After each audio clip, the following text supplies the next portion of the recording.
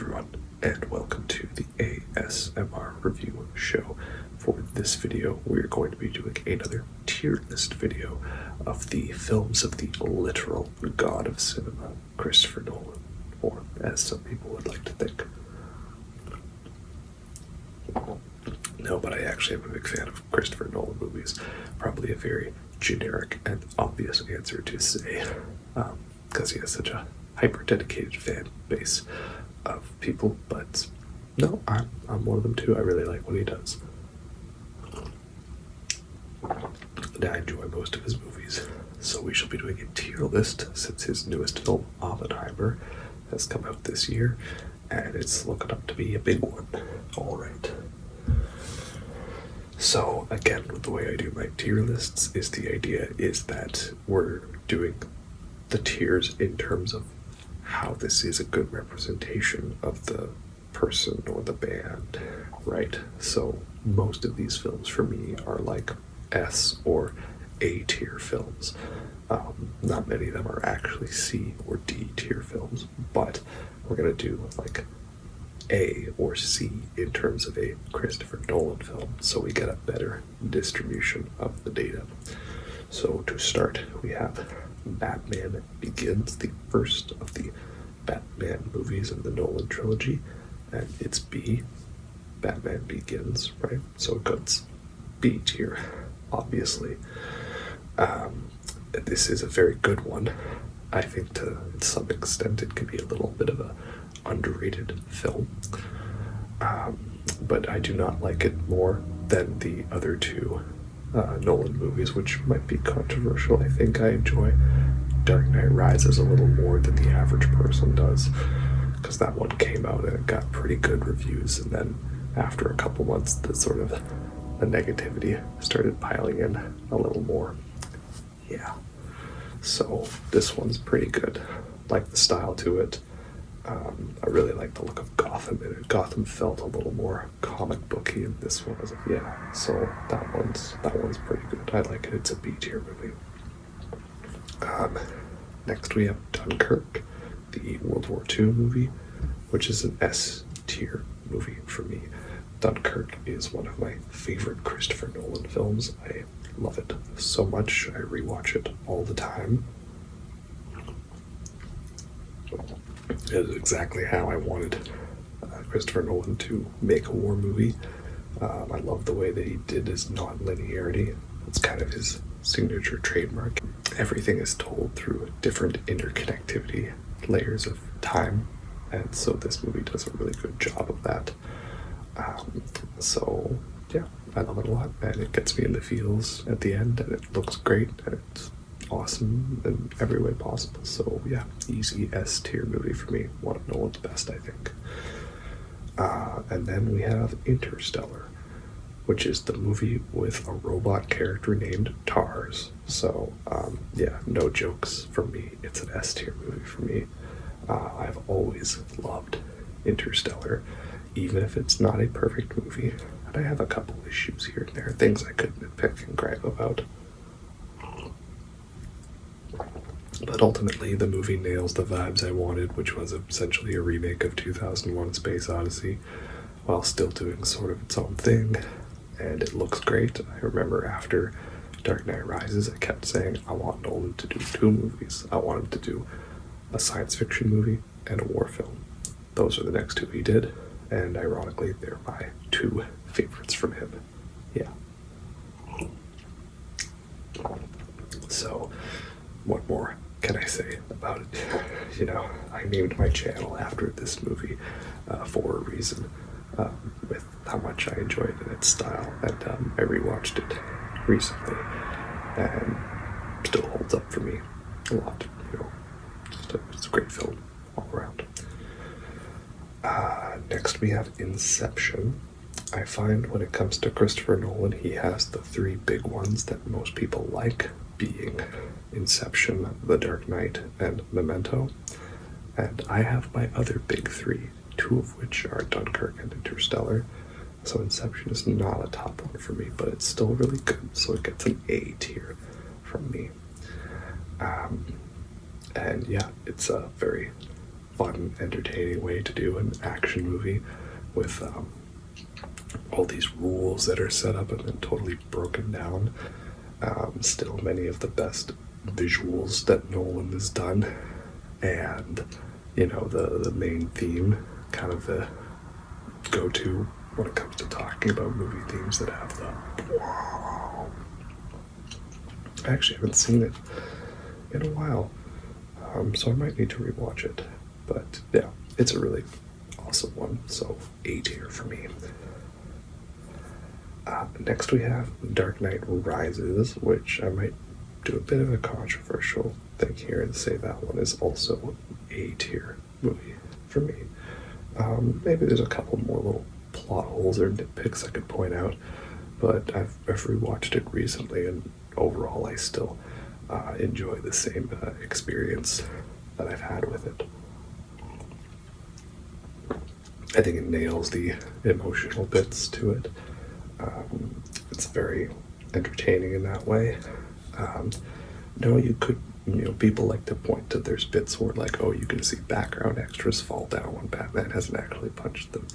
And yeah, there's bits like that in a lot of Nolan movies, But what I like is he tries to commit the step of being practical.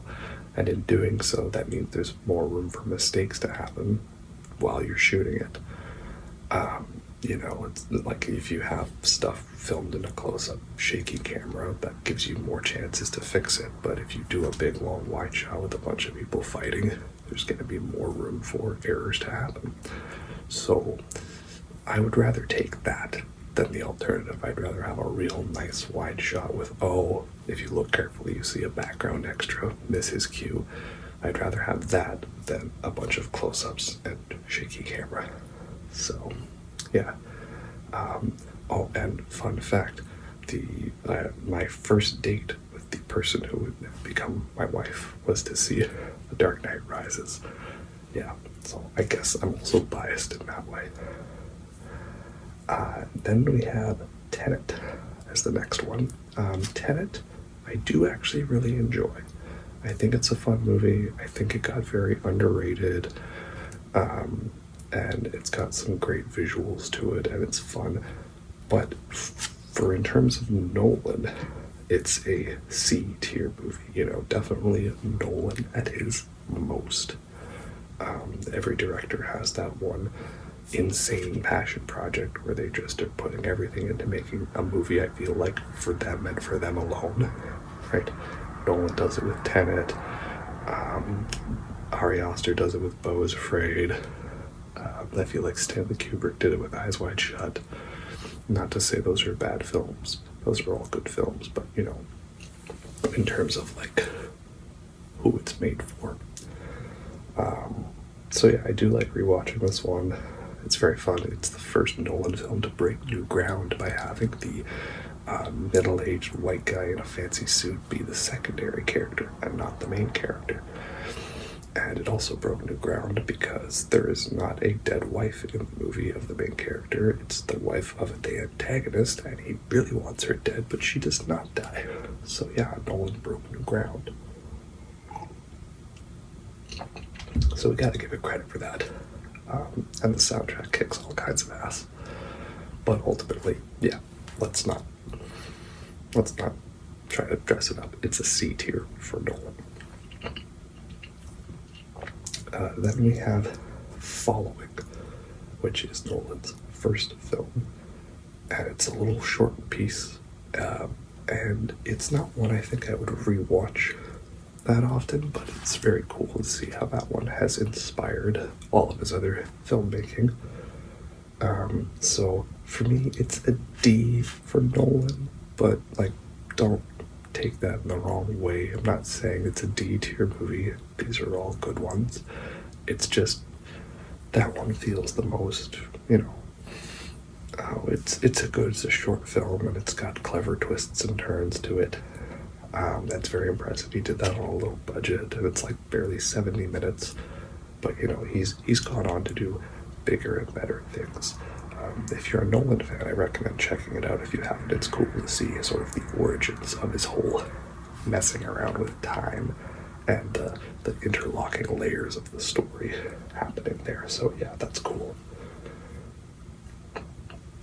And then after that, we have Insomnia, which is a tough one for me to rank because it's got a very great Al Pacino and Robert Williams performance, but it's also the very least Nolan film I find, probably because it's like mostly a linear film, and I think this is also a remake of a foreign film, so it's like the least in tune to his style.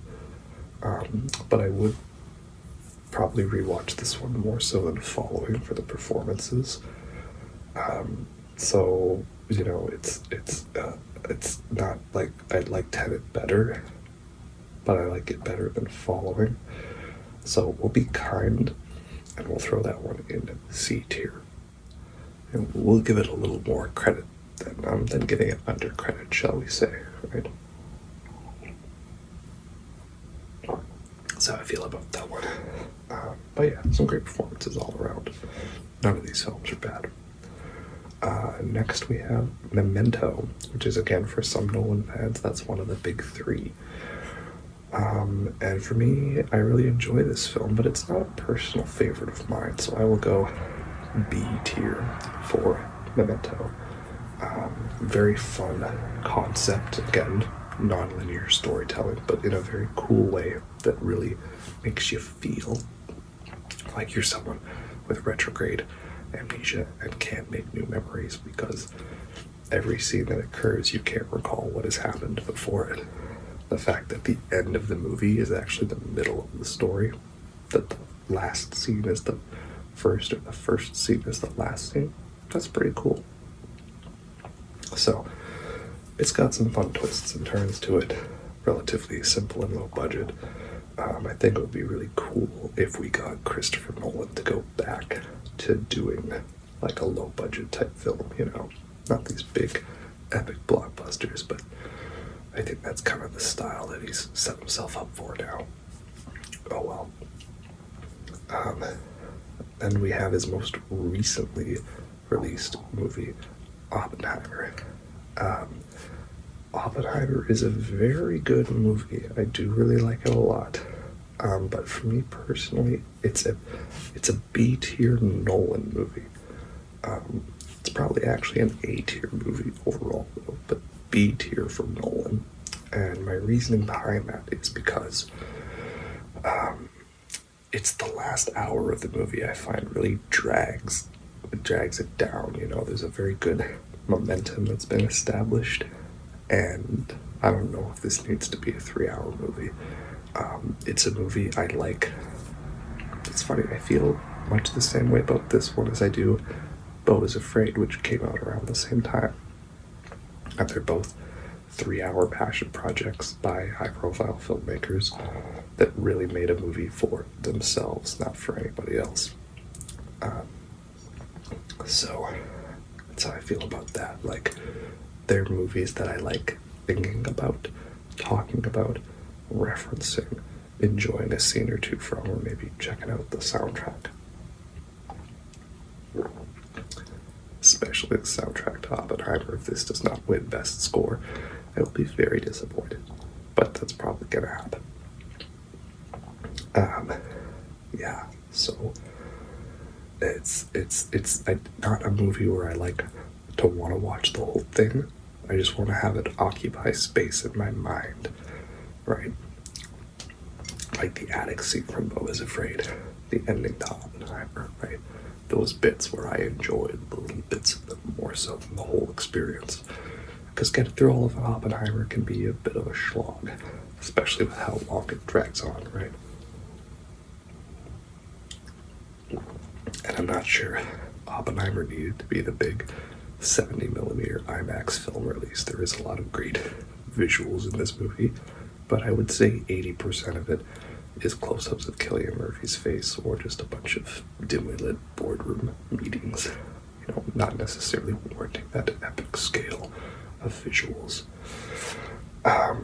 But a lot of people really dig it, you know, they're really into it. For some, I think Oppenheimer might be the next S tier Nolan movie overall. We shall see. If it is the one that ends up winning him a bunch of Oscars finally, then sure, I'll take that. Again, like, these are all great movies. I love them all. I don't think Nolan's made a truly bad film. Some might debate that with certain films. So yeah, it's a B tier Christopher Nolan movie for me. Probably A tier overall, but that's how we're gonna do it. Then we have The Prestige, which is, for me, S tier. That is the other one of my big three Nolan films. Yeah, so again, there's the big three for most people: Inception, Memento, The Dark Knight, and there's the big three for me: The Prestige, Interstellar, and Dunkirk. And I like The Prestige because it's the perfect blend of everything I like about Nolan. It's not a low budget movie. It's not really high budget either, but it's got lots of big A-list celebrities in it. And a very immaculate production design with some great visuals. But it also is mostly a strange, odd, paranoid psychological thriller with, again, great use of the non-linearity in the storytelling. But it only delves into it when it's needed. I find, sometimes the mashing up of time can seem a little pretentious in Nolan films.